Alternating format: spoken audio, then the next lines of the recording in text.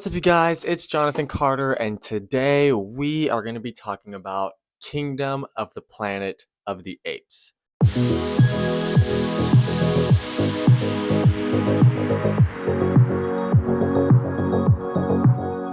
Kingdom of the Planet of the Apes is the newest addition to the modern adaptation of the Planet of the Apes trilogy, so now being the quadrilogy. The film picks up multiple generations after War for the Planet of the Apes. Going into this review, I'm a huge fan of the previous Planet of the Apes trilogy. I'm also a fan of the very original Planet of the Apes, and everything else I just don't really consider real. We're not going to talk about that Tim Burton, Mark Wahlberg one. Let's just not talk about that. I will also have a Planet of the Apes quadrilogy ranked video up shortly alongside this one. I will put it somewhere up above here linked. Definitely be sure to check that one out. I was really looking forward to this movie. So how did it all stack up? We are going to get into that with the positives. The visuals of this movie, astounding. I mean, I thought the Caesar trilogy looked like the pinnacle peak of what these movies could look like. No, in the 7 years since War for the Planet of the Apes came out, it seems that this kind of CGI making in movies has jumped miles ahead, because this looks seamless. Some of the best CGI I have ever seen in a film. Every single scene, I mean, 95% of this movie is just CGI, and it looks, you can't even tell. You cannot tell. It looks that good. Establishing shots, the apes on horseback, the apes climbing, everything on the beach, it looks so flawless. So the plot of this movie, like I said, picks up generations after War for the Planet of the Apes, and this is the first film that feels like we are on a planet of apes. The trilogy was kind of leading up to Earth becoming a planet of apes.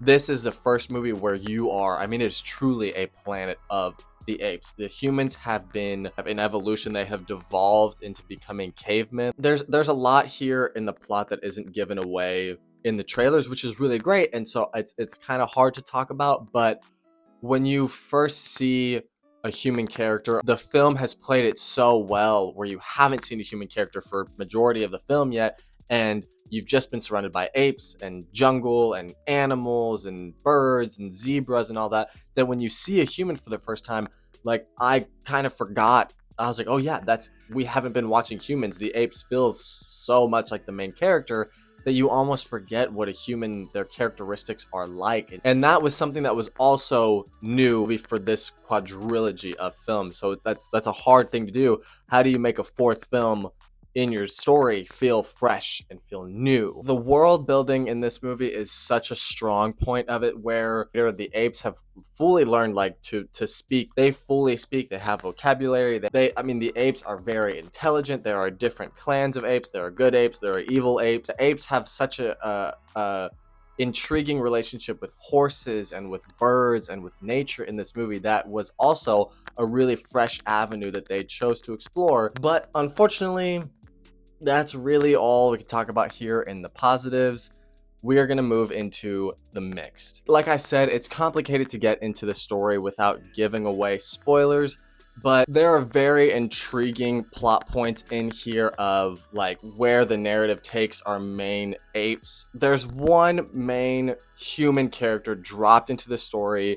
She can speak, and so that's a very intriguing plot point. But anything past that, there's not all that much of an interesting plot. The movie is 2.5 hours long, and it feels like it is 2.5 hours long. There are too many stretches here in this film where the movie pulls back, and the movie could have been 2 hours and it would have run much better. Bringing us into the negatives, this movie feels like a rehashing of the Caesar trilogy in one movie.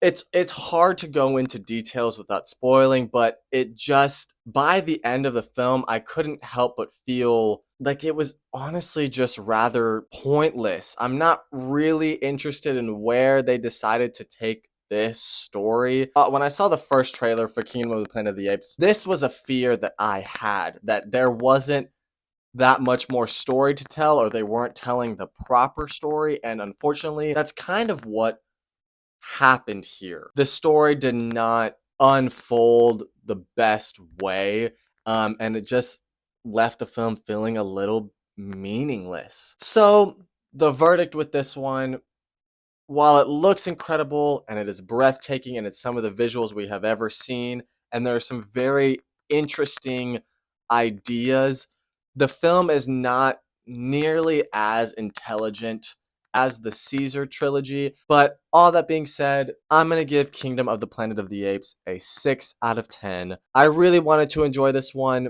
It's not a bad movie. It's just not nearly as good as I wanted it to be, and it's a pretty mixed, right in the middle film. I'm not gonna say mid. I don't like saying mid. Thanks so much for watching, you guys. Be sure to like and subscribe. That would really help me out a lot. Let me know your thoughts on Kingdom of the Planet of the Apes. Let me know why all of these movies have the longest names in the world. Did you love the movie? Did you hate it? Do you agree with me? Do you disagree? Leave all that below in the comments. Thank you guys so much for watching, and I will see you all on the next one.